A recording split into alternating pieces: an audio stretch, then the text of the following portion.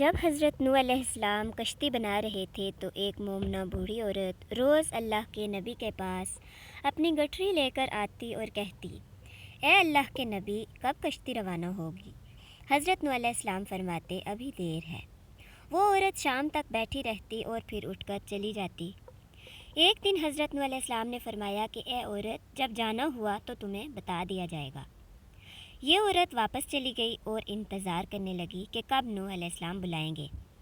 اس دوران عذاب آ گیا اور کشتی روانہ ہو گئی، لیکن حضرت نوح علیہ السلام نے اس عورت کو نہ بلایا۔ ظاہری طور پر نوح کو اس کو بلانا بھلا دیا گیا۔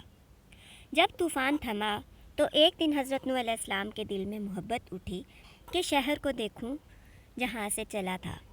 وہاں آئے اور قریب جا کر دیکھا تو ایک جھونپڑی میں دیا جل رہا تھا۔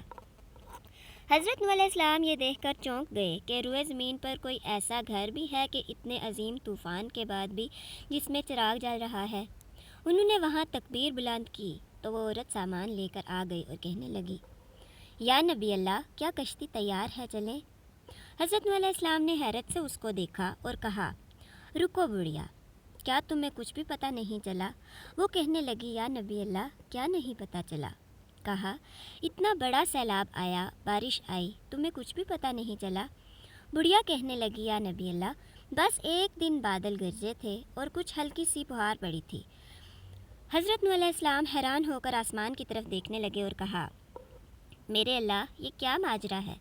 اللہ تعالیٰ نے حضرت نوح علیہ السلام پر وحی بھیجی کہ اے میرے پیارے نبی، اس عورت کے دل میں چونکہ تمہاری محبت تھی اور تم نے اسے پابند کر دیا تھا، اور چونکہ تمہارا اس سے وعدہ بھی تھا کہ نجات کی کشتی میں اسے لے جاؤ گے، تب جب کہ تم نے اپنا وہ وعدہ پورا نہیں کیا، لیکن اے نوح، میں تو تمہارے وعدے کا ذمہ دار تھا، اس لیے میں نے اس بڑھیا تک عذاب پہنچنے ہی نہیں دیا۔